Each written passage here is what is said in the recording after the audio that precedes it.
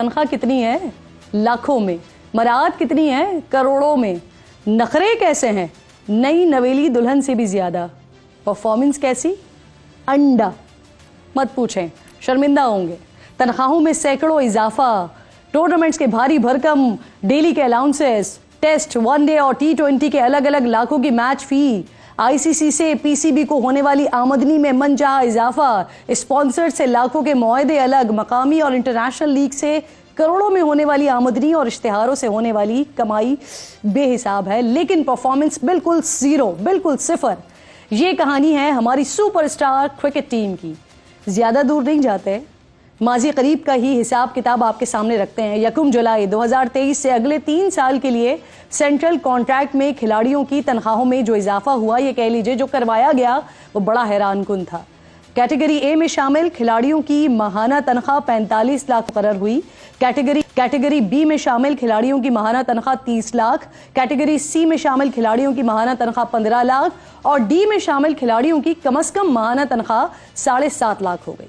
Category A में Babar Azam, Mohammad Rizwan, Shaheen Afridi, category B में शादाब खान, फखर Zaman, Haris Rauf, Naseem Shah, category C में अहमद वसीम, कैटेगरी डी में इफ्तिखार अहमद, हसन अली और साइमा अयूब शामिल हैं।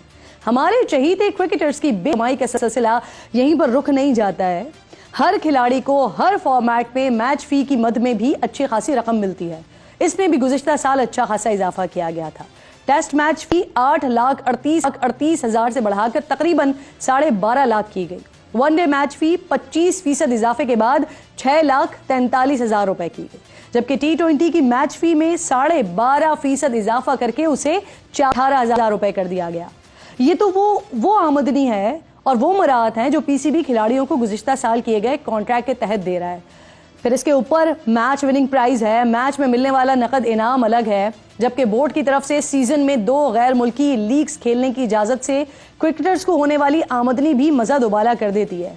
ये सब कुछ मिलने के बाद भी हमारे क्रिकेटर्स ने पीसीबी पर आईसीसी की सालाना आमदनी से मिलने वाले हिस्से में भी शेयर मांगा था, जिसकी वजह से गुज़िश्ता साल आईसीसी वर्ल्ड कप के दौरान भी पीसीबी और खिलाड़ियों के दरमियान मसाइल चल रहे थे, लेकिन बिलाखिर फिर पाकिस्तान क्रिकेट बोर्ड को हथियार डालना पड़ गए। इंटरनेशनल आमदनी में से भी 3% शेयर्स खिलाड़ियों को देने पर रजामंद हो गए।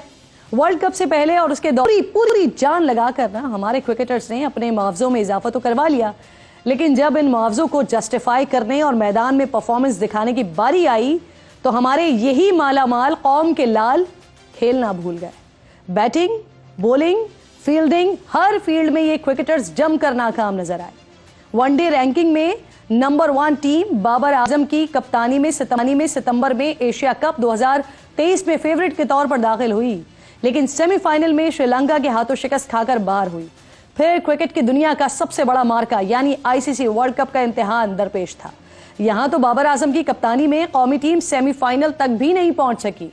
इंडिया में खेले गए वर्ल्ड कप में ग्रीन शर्ट्स ने 9 में से सिर्फ 4 मैचेस जीते थे और हमारे मालदार शाहीनों की उड़ान में पहले ही कोताही आ गई।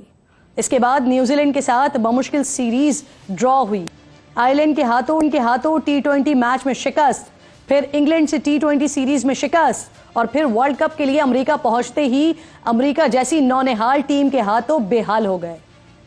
अमेरिका के हाथों शिकस्त के बाद इंडिया के खिलाफ बॉलर्स ने अच्छी परफॉर्मेंस दिखाकर कौम की उम्मीदें थोड़ी बांधी, लेकिन फिर उन्हीं ग्रीन शर्ट्स ने जीता हुआ मैच ऐसे हारा कि ना ही पूछें। एक के बाद एक शिकस्त की इस जारी दास्तान के बाद अब खबरें आ रही हैं कि पीसीबी ने क्रिकेटर्स के सेंट्रल कॉन्ट्रैक्ट का असर-ए-नौ जायजा लेने का फैसला किया है। खबरें यह भी हैं कि खराब परफॉर्मेंस वाले कौमी क्रिकेटर्स की सेंट्रल कॉन्ट्रैक्ट में तनज़ुली होगी और कई क्रिकेटर्स को तो शायद सेंट्रल कॉन्ट्रैक्ट से हाथ भी धोना पड़ सकते हैं।